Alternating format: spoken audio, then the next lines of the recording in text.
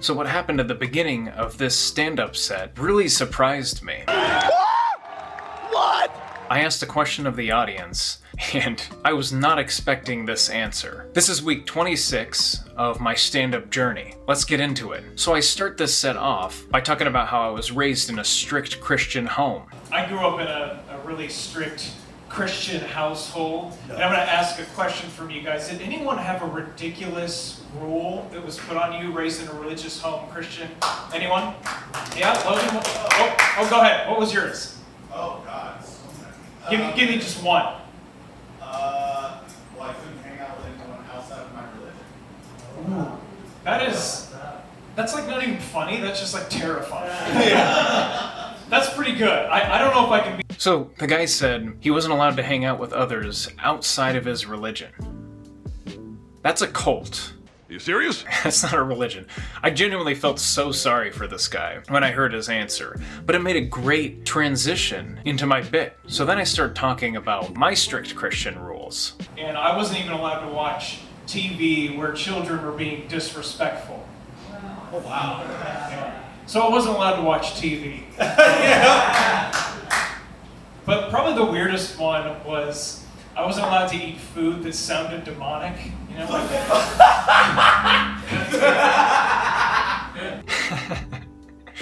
So now check out what happens on the setup to this next joke. I didn't expect the audience to react this way. I wasn't allowed to eat food that sounded demonic. You know, like I don't even have to say it. This guy already gets it. He knows I'm about to say deviled egg. Right? Because that's what was true. Right? So this guy just starts laughing at my setup, which I totally wasn't expecting. And then I just played into it. Right? It really cracked me up. And then I just made it a part of my bit. So here's where the joke goes next. So I couldn't have deviled eggs unless they were made with Jesus' mayonnaise. Miracle Whip. Yeah. The purest of the mayonnaise, right? Then I told some more jokes about how I have a really strict Christian parents, but they were really hard to rebel against because they just got so cool over time. And here's the joke that probably worked the best, but how good the joke did even surprised me. You know, trying to rebel in other ways. I tried to play violent video games, you know. I played this one called Doom where you blast demons back to hell. I thought that would get them. They loved it. They were like, that's what Jesus would do. My dad would watch me. He'd be like, hey, shoot that demon with their breasts out. That's immodest. Yeah, go to heck, because he wouldn't say hell. So that got a way bigger laugh than I was expecting. It's funny, you can even hear the guy with the same laugh that is just loving my set the most. I'm just killing it with this guy especially. And then for my final joke here, the set continued to go well, but then at the very end, I think I kind of lost him. Like, I had some good momentum going, but then my final moment didn't quite hit as hard as I expected. Here's what happened. Tattoos. It just had to be in the shape of a cross. Okay. That was the whole thing. So then I really tested them. I was like, you know what, guys, mom and dad, I want to get an earring. And they were like, hey, Jesus was pierced. Maybe just don't get it where he did. Or the nipples. But then I realized how I could finally rebel against my parents. Relax, you guys, I'm not going to show you.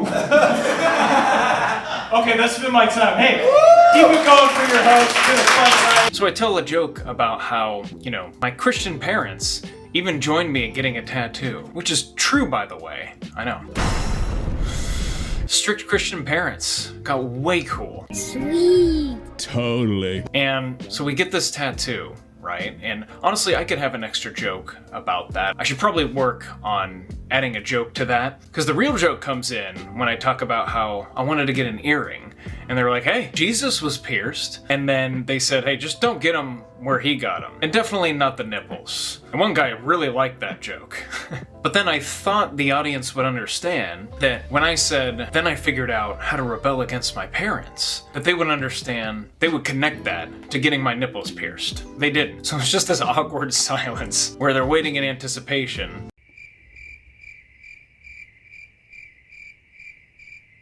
And then I'm like, I'm not gonna show you guys. There was a laugh there. I think the audience got that one a little bit. But then the host got up and was like, show us what? Like, she really wanted to know what I was gonna say. So that means I lost some people. So basically this was a really fun set, but I'm gonna have to find a way to communicate the nipple piercing joke better to my audience. Don't worry, I'm not gonna show you guys either. Maybe if we get to 100 subscribers. Actually, probably 1,000 subscribers. I'm gonna need a lot more YouTube followers before I go all out on a nipple piercing reveal. I could lose my job for that.